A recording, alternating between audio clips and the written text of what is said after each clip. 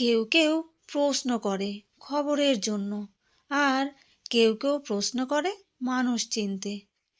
এই গল্পটা সেই দিনের, যেদিন একজন শহুরে সাংবাদিক জীবনের সেরা ইন্টারভিউটা নিয়ে ফেলেছিল এক গ্রামের চুপচাপ মেয়ের কাছ থেকে। হ্যালো, শুনতে পাচ্ছ? তোমার সেই চেনা কণ্ঠ। আমি অসীমা, আর তুমি শুনছো স্বপ্ন ডট সত্যি। এখানে স্বপ্ন সত্যি হয়, আমি শুধু গল্প শোনাই। তুমি কেমন আছো? আশা করি তুমিও তোমার পরিবারের সবাই ভালো আছো। আমিও ভালো আছি। আজ তোমাকে এমন একটা গল্প শোনাতে চাই যা শুনলে বুঝবে সব ইন্টারভিউ ক্যামেরার সামনে হয় না। কিছু ইন্টারভিউ হৃদয়ের ভেতরে থেকে যায়। তুমিও তোমার পরিবারের সবাইকে স্বাগত জানিয়ে শুরু করলাম 59 নম্বর এপিসোডে আজকের গল্প, অনন্যার ইন্টারভিউ। হ্যাঁ, ঠিকই শুনেছ, আজকের গল্প অনন্যার ইন্টারভিউ। তাহলে শোনো, এই গল্পটা বিবেকের। বিবেক কলকাতার এক নামকরা ডিজিটাল মিডিয়া হাউসের সাংবাদিক।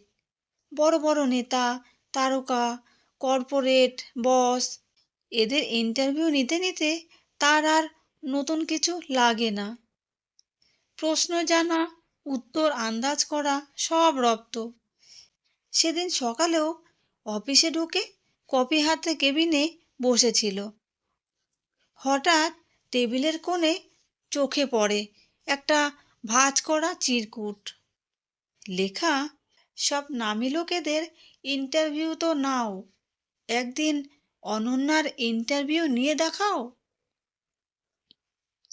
নিচে ছোট করে লেখা, শিমুলতলি গ্রাম। বিবেক প্রথমে হেসে উড়িয়ে দিতে চেয়েছিল, কিন্তু কোথাও যেন কেমন একটা খোঁচা লাগলো। কে এই অনন্যা? পরদিনই সে রওনা দিল শহর ছেড়ে গ্রামে। যত শহর পেছনে পড়ে তত গাছপালা বাড়ে, রাস্তায় শব্দ কমে। গ্রামে ঢুকেই বিবেক বুঝল এই জায়গাটা আলাদা। চায়ের দোকানে জিজ্ঞেস করতেই হরিদা বলল, অনন্যা? ও তো নরেন মাস্টারের মেয়ে, ভালো মেয়ে, খুব চুপচাপ। প্রথম দেখা। তারপর অনন্যার দেখা মিলল। নদীর ধারে বসে অনন্যা বাচ্চাদের মাটির কাজ শেখাচ্ছিল। কোনো সাজগোজ নেই, কিন্তু মুখে অদ্ভুত শান্তি। বিবেক বলল, আমি আপনার ইন্টারভিউ নিতে চাই। অনন্যা হেসে বলল, আমার? আমি তো কেউ নই।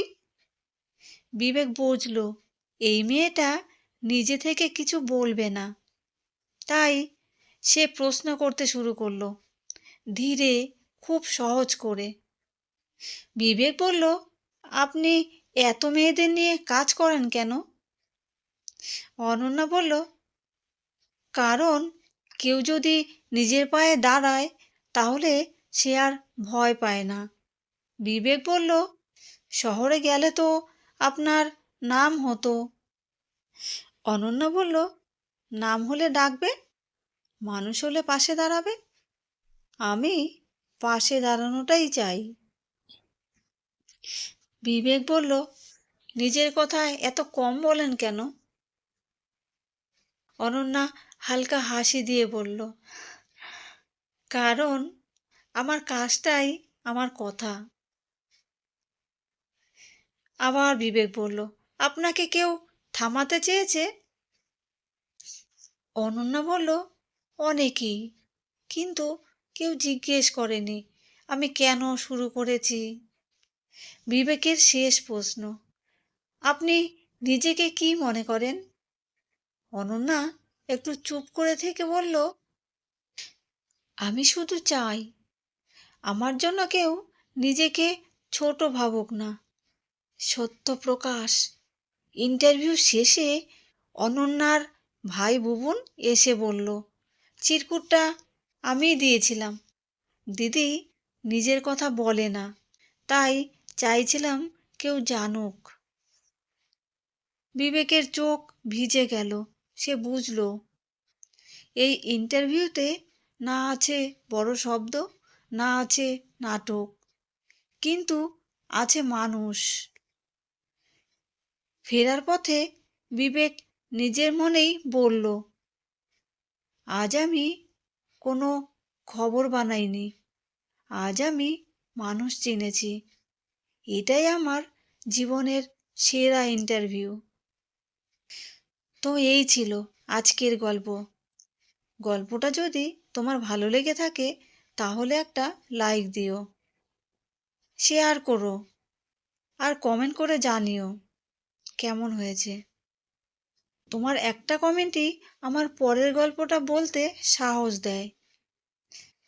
স্বপ্নটা সত্যি চ্যানেলটা সাবস্ক্রাইব করতে ভুলো না। আমি অসীমা আবার ফিরে আসব নতুন একটি গল্প নিয়ে।